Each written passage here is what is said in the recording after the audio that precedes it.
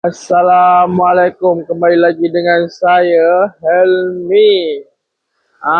Korang semua jangan lupa like, comment and share video ni supaya saya lagi semangat lagi nak review motor-motor baru dan second. Okey, untuk abang-abang semua yang mana kenal dengan depan saya ni motor apa? Inilah motor Z15 GT. Untuk abang-abang dan kakak yang mana nak datang in untuk tengok Z15 GT, boleh datang kat tempat saya. Di Kulai Johor, persembahan di Cowboy Kulai.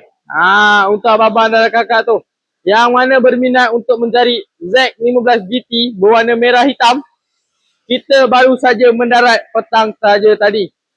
Untuk abang-abang dan kakak yang mana berminat tu, boleh terus tekan link saya di bio ataupun tekan beg biru saya di bawah, ataupun komen boleh.